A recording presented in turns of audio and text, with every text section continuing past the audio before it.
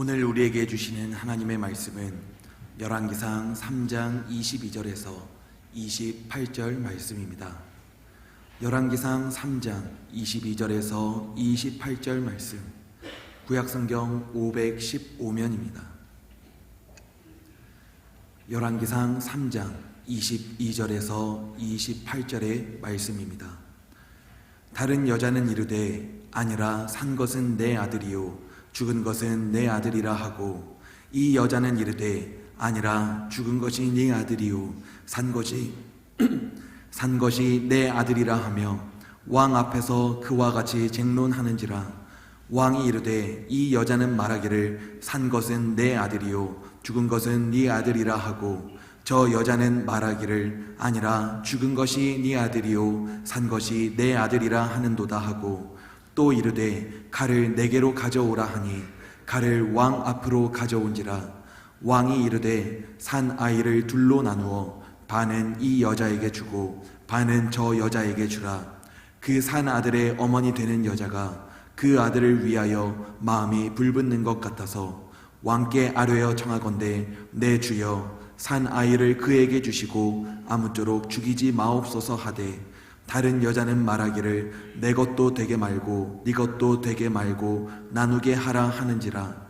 왕이 대답하여 이르되 산 아이를 저 여자에게 주고 결코 죽이지 말라. 저가 그의 어머니이라 하매, 온 이스라엘이 왕이 심리하여 판결함을 듣고 왕을 두려워하였으니 이는 하나님의 지혜가 그의 속에 있어 판결함을 봄이더라. 아멘. 우리는 친히 일하시는 하나님을 믿습니다. 그러나 하나님께서 일하실 때 사람 사용하심을 또한 믿습니다. 그래서 우리가 하나님께 아름답고 선하고 탁월하게 쓰임받기를 소망하고 기도하고 축복합니다. 지난 1980년 우리 수원 어느 병원에서 한 부부가 아이를 출산했습니다. 1980년에 우리 수원에서 태어난 아이가 한둘이겠습니까? 그런데 이 일이 최근 올 들어와 뉴스가 되었었습니다. 1980년 산부인과에서 아이를 낳은 부부는 간호사가 품에 안겨준 갓난 아이인 딸을 정성껏 길렀습니다. 그런데 아이가 자라 학교에 들어가 혈액형 검사를 하였더니 그 딸은 그 부부에게서는 나올 수 없는 혈액형이었습니다. 당연히 아이의 아버지와 엄마는 갈등을 하지요. 두 사람 사이에서 태어날 수 없는 아이가 어떻게 태어난 것일까요? 우리가 흔히 말하는 혈액형은 A형, B형, AB형, 그리고 O형 네 가지입니다. 이를 ABO식 혈액형이라고 하는데 1901년 오스트리아의 카를 란트슈타이너가 발견한 혈액형 구분법입니다. 이 ABO식 혈액형 분류에 따르면 일반적으로 AB형과 O형 부모에게서 태어날 자녀의 혈액형은 A형 또는 B형입니다. AB형이나 O형은 태어날 수가 없지요. 자녀들에게서 태어날 수 없는 혈액형의 아이가 태어났다면 우선 아버지 되는 남편은 어머니 되는 아내를 의심합니다. 이 부부도 불화를 겪었습니다. 그런데 40년이라는 시간이 흘러 결국 지난해 5월에 부부와 딸 모두가 유전자 검사를 받게 이르렀습니다. 당연히 딸은 아버지의 친딸이 아니었습니다. 그런데 놀라운 것은 어머니에게도 친딸이 아니었습니다. 40년 동안 친자식을 알고 키워온 딸이 다른 아이와 바뀌었던 것이지요. 뉴스의 내용은 40년 이상 함께 살아온 딸이 뒤바뀐 사실을 뒤늦게 알게 된 가족이 병원을 상대로 손해배상을 청구해 법원이 위자료 지급을 판결했다는 내용입니다.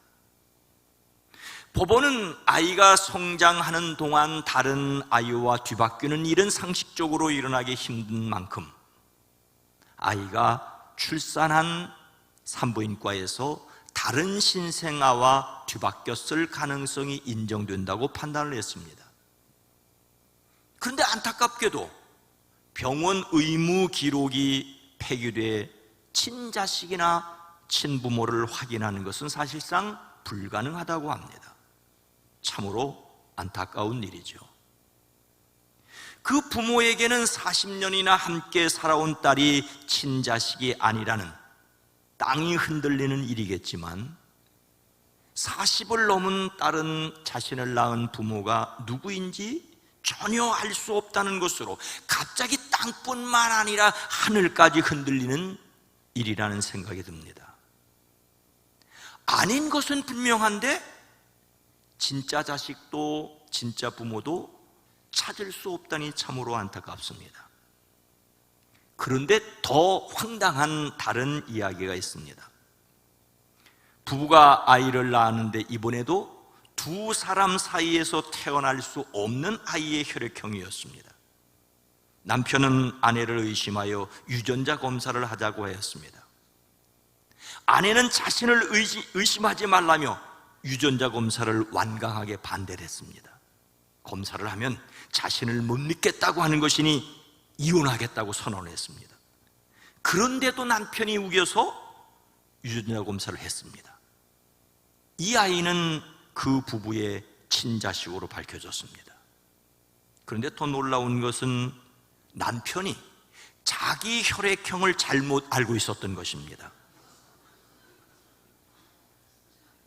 더 자세히 알아보았더니 남편은 친엄마가 남편인 아버지에게서 낳은 자식이 아니었습니다. 몰래 바람을 피워서 낳고 아이의 혈액형을 다르게 알려줬던 것입니다. 그래서 그 부부는 물론이고 그 남편의 부모도 이혼 소송을 하고 있다는, 물론 꽁트 같은 이야기인데 꽁트였으면 좋겠습니다.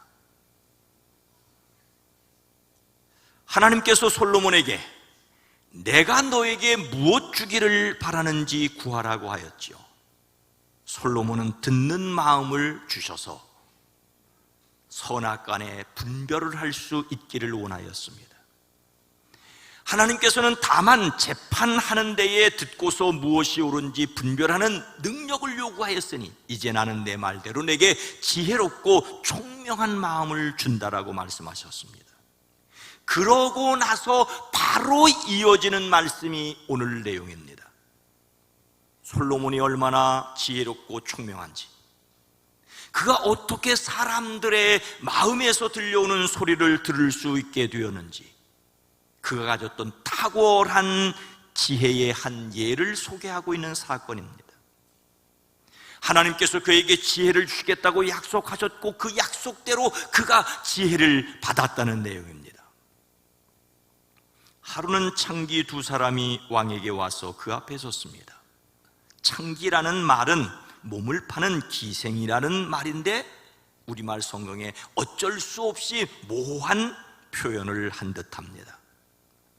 간음하는 여인을 가리키는데 율법은 이런 사람을 용납하지 말 것을 명령합니다. 하지만 실제로는 있었습니다. 생계를 유지하기 위하여 그렇게 내몰린 여성들도 있었던 것입니다. 놀랍게도 그들도 왕의 재판을 받을 권리가 있었습니다. 그들이 처음부터 재판을 받기 위해 왕에게 곧바로 오지는 않았을 것입니다. 처음에는 지방 재판관들에 의하여 다뤄졌을 것입니다. 하지만 이 사건은 누구도 해결할 수 없었습니다. 누구도 해결할 수 없는 사건이었기에 왕에게까지 올라왔습니다. 그 이유는 이렇지요. 두 여인이 한 집에 살고 있었습니다. 두 여인은 사흘 차이로 각각 아이를 낳았습니다. 안타깝게도 두 여인은 모두 아이의 아버지를 모르는 아이들이었습니다. 집안에는 두 여인과 아이들만 있었습니다. 다른 사람은 아무도 없었습니다. 몸을 파는 여인들이 임신을 하였는데 그 생명을 지키기 위해 해산하였다라고 하는 사실도 기억해야 합니다.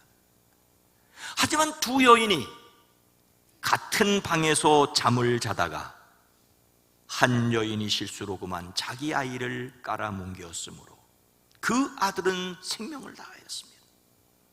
무슨 생각이었든지 실수한 여인은 옆에 깊이 잠든 여인의 아이와 죽은 자기 아이를 바꾸었습니다. 죽은 자기 아이를 남의 품에 두고 살아있는 남의 아이를 자기 품으로 가져갔습니다. 졸지에 살아있는 자기 아이를 빼앗기고 죽은 아이를 곁에 둔 여인은 새벽에 아이에게 젖을 먹이려고 일어나 보니 아이가 숨을 쉬지 않습니다. 이 여인은 몹시 당황하여 불을 밝혔지만 당시 형편으로서는 아이 얼굴을 제대로 구별할 수 없었습니다. 아이를 잃었다고 생각한 여인은 울고 불며 눈물로 나를 밝혔습니다. 근데 아침이 되어 죽은 아이의 얼굴을 자세히 들여다본 여인은 죽은 아이가 자기 아이가 아니라는 것을 알았습니다. 엄마가 젖을 물리는 아기 얼굴을 어찌 모를 수가 있겠습니까? 다른 여인의 품에 안겨있는 살아있는 아이가 자기가 낳은 아들이라는 것을 알았지요. 그래서 소송이 시작됐습니다. 22절 말씀입니다. 다른 여자는 이르되 아니라 산 것은 내 아들이요 죽은 것은 내 아들이라 하고, 이 여자는 이르되 아니라 죽은 것이 내 아들이요 산 것은 내 아들이라 하며 왕 앞에서 그와 같이 쟁론하는지라. 새벽에 일어나 아이에게 젖을 먹이려다가 아이가 숨 멈춘 것을 알게 된 어머니는 깜짝 놀랐습니다. 몹시 슬펐습니다. 그런데 날이 밝아 아이가 바꿔치기 당했다는 것을 안 여인은 몹시 당황스럽습니다. 그리고 화가 났습니다. 두 여인은 한바탕 언쟁을 벌였습니다. 그러나 진실을 가려줄 사람은 없었습니다. 유일한 증인이 될 여인들이 사건 당사자가 되었기 때문입니다. 심지어 자기도 잠이 들어있는 상황에서 벌어졌던 일이니 딱한 일이 아닐 수 없습니다. 두 여인은 지방관리에게 판결을 요청하였지만 그들도 진실을 가려줄 수 없었습니다. 당시로서는 아이들의 엄마를 가려줄 어떤 증거도 없었습니다. 서로 자기 주장만 할 뿐이었습니다. 한 여인이 살아있는 아이가 자기 아이고 죽은 아이는 다른 여인의 아이라고 하자 다른 여인도 대듭니다. 그렇지 않다는 것입니다. 역시 살아있는 아이는 자기 아이고 죽은 아이는 다른 여인의 아이라는 것입니다. 아니다, 오히려 그 살아있는 아이가 나의 아들이라, 그러고 그 죽은 아이는 너의 아들이라고 각각 주장을 합니다.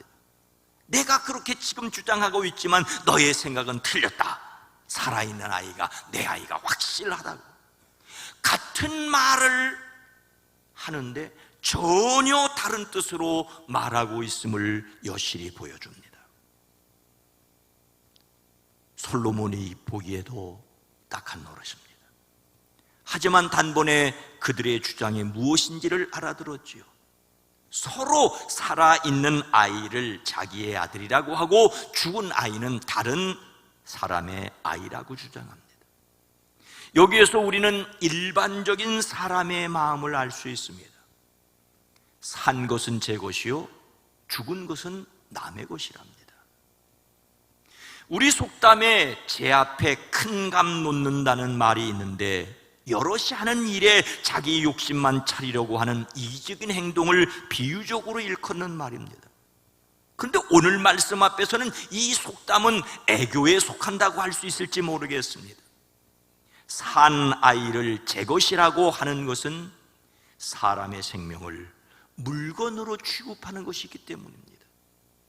죽은 것을 남의 것이라고 밀어낸다면 이 역시 생명을 가볍게 여기는 것이 아니고 무엇이겠습니까? 죽은 아이를 밀쳐내고 남의 살아있는 아이를 제 품에 안는 것은 생명을 너무나 사랑한 것이 아니라 살아있는 것에 대한 욕심이라고 할 수밖에 없습니다. 그런데 알게 모르게 우리는 이런 세상을 살아가고 있습니다. 제 앞에 큰 값 놓는다는 말처럼 큰 것은 제 것이고 작은 것은 남의 것이랍니다. 잘난 것은 제 것이고 못난 것은 남의 것이랍니다.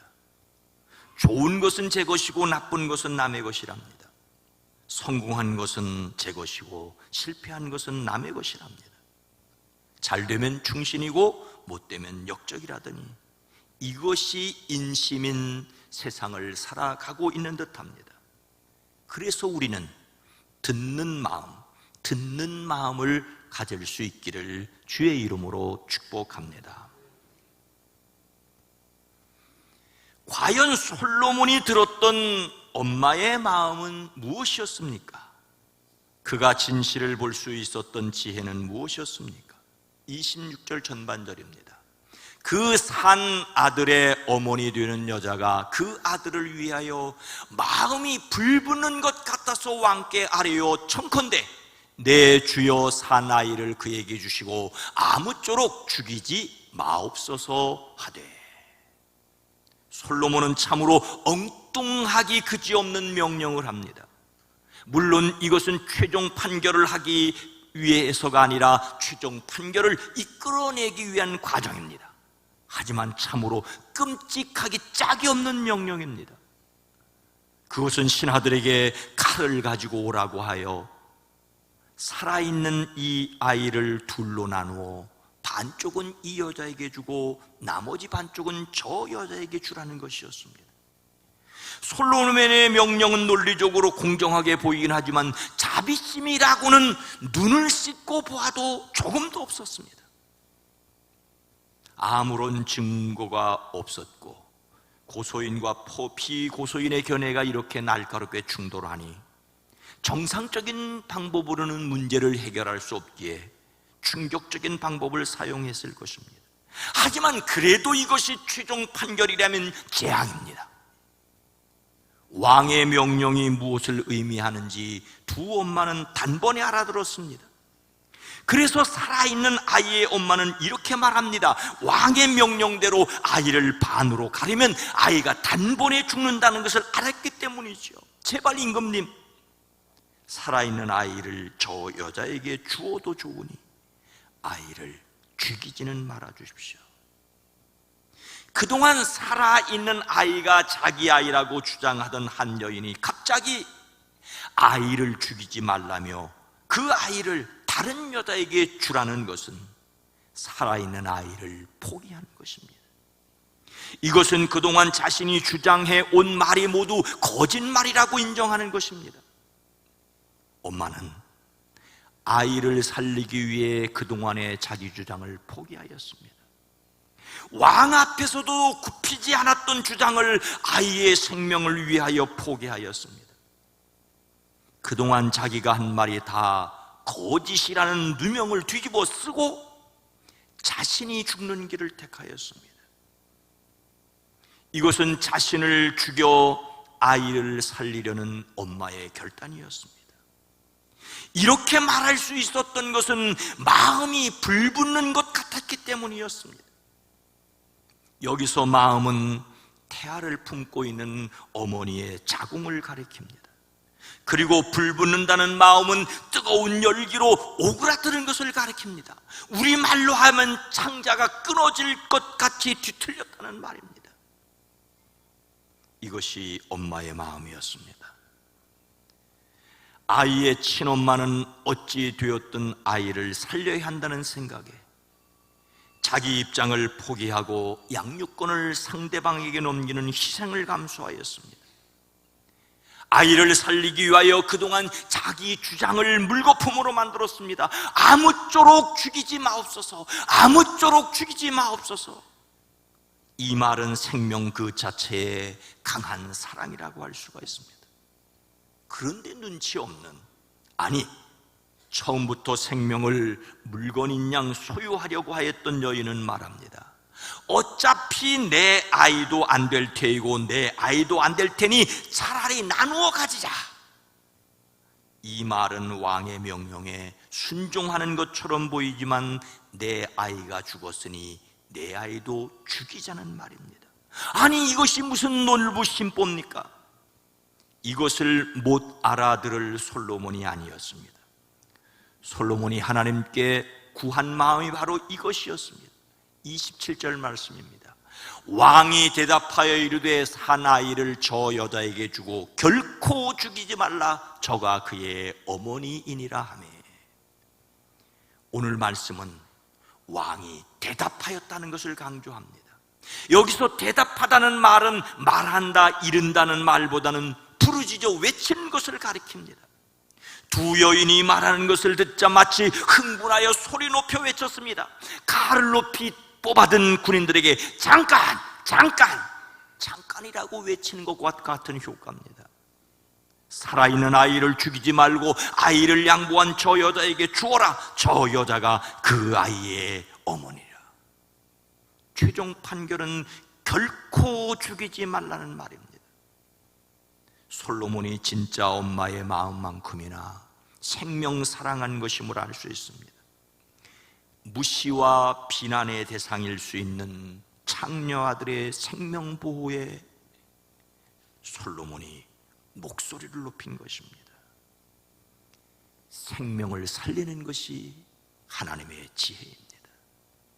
오늘 말씀은 나이 어리고 경험이 적은 솔로몬이 이스라엘을 다스리는 왕으로 확실히 자리 잡았다는 것을 보여주기 위한 이야기일 수 있습니다. 그가 다윗을 이어 왕이 되었다는 것을 확실하게 보여줍니다. 그러나 우리는 오늘 말씀에서 보편적인 진리로서 생명 살리는 것이 하나님의 지혜임도 보아야 합니다. 오늘날 뉴스에서 익숙한 듯 익숙하지 않은 한 사람의 사진을 보았습니다.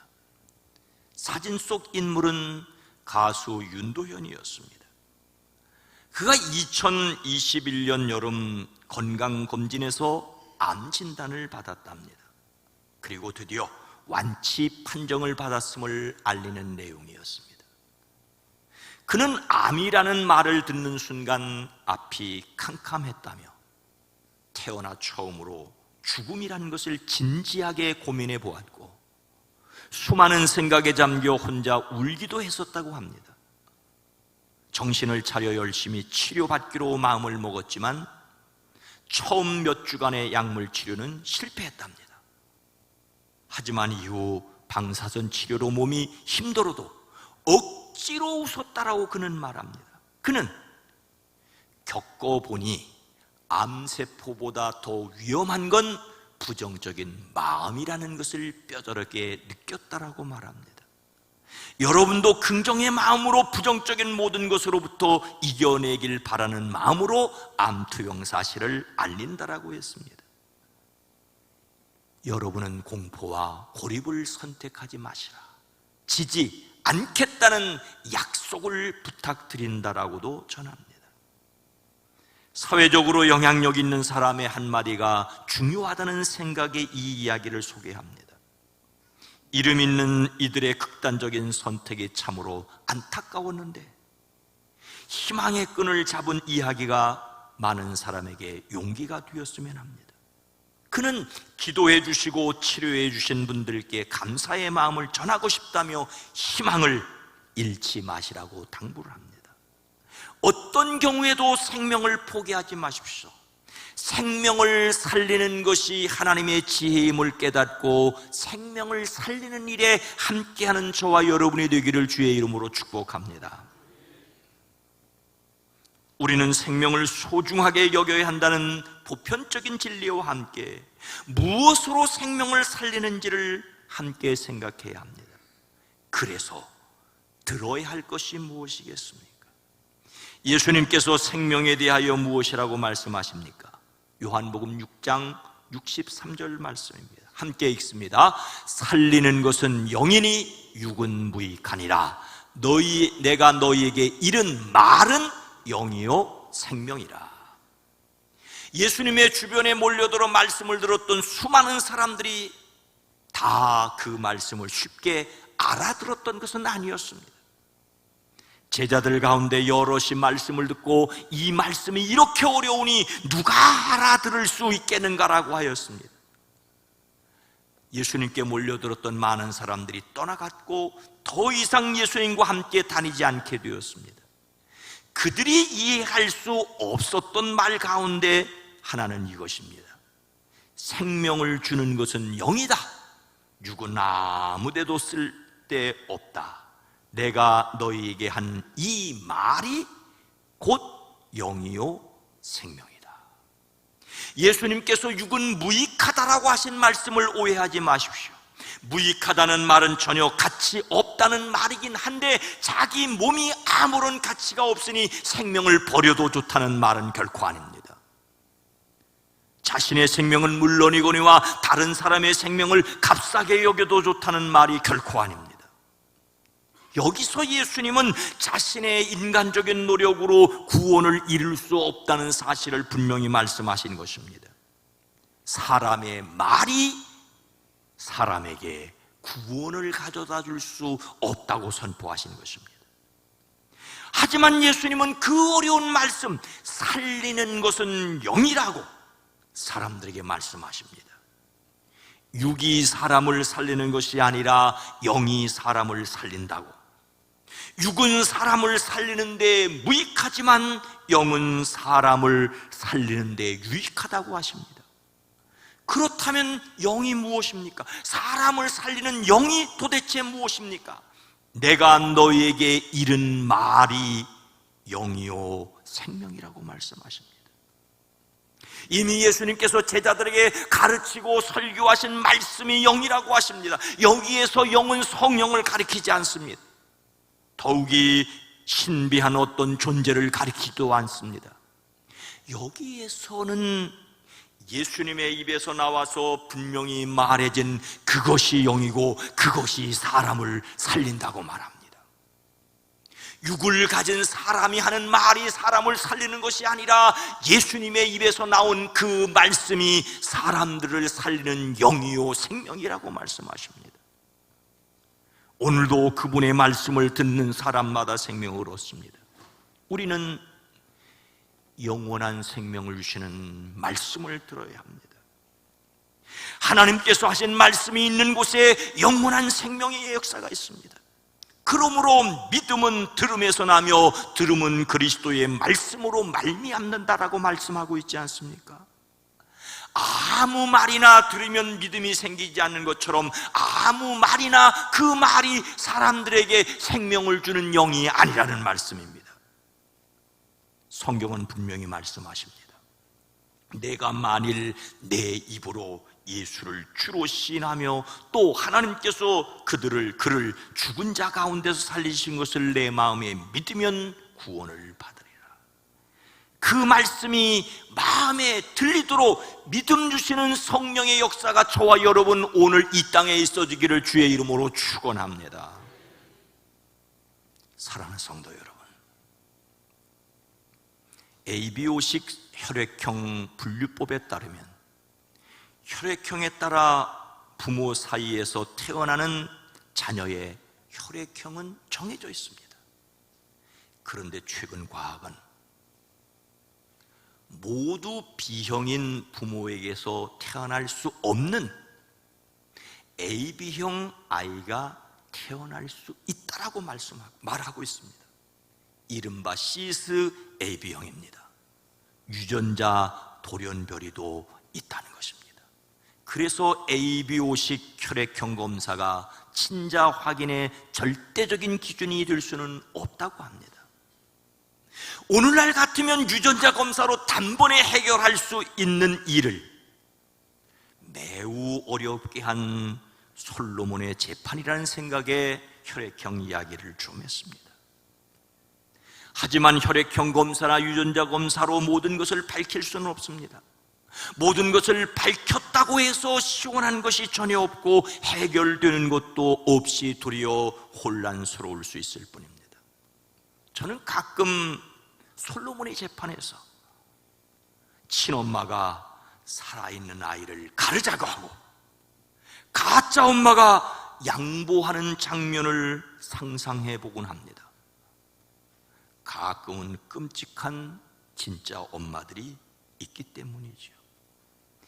그래도 아이를 가르지 말고 살리자는 엄마에게 살아있는 아이를 주어야 한다고 저는 생각을 합니다. 누가 엄마냐라는 사실보다 생명을 살리는 것이 진실이기 때문입니다. 생명을 살리는 것이 하나님의 지혜임을 깨달아야 합니다. 우리는 하나님의 지혜인 예수님의 말씀을 들어야 합니다. 이것이 바로 영이요, 이것이 사람을 살리는 것이기 때문입니다. 예수님의 말씀을 들으십시오. 예수님의 말씀을 마음에 담아두고 그 말씀으로 세상을 바라보는 사람들이 되어지기를 주님의 이름으로 축원합니다. 거룩하신 하나님, 생명을 가볍게 여기고 수많은 생명을 굶주림 속에 또는 전쟁 속에 포화 몰아넣는 폭력이 이 세계 곳곳에 있습니다. 주여, 이 땅을 긍휼히 여겨 주시옵소서. 이 땅을 불쌍히 여겨 주시옵소서. 우리의 마음속에 넉넉함을, 예수님의 말씀을 들음으로 말미암아 우리가 살았고 그 생명의 눈으로 이 탄식하는 세상을 볼 수 있게 하옵소서. 예수님의 이름으로 간절히 기도드리옵나이다. 아멘.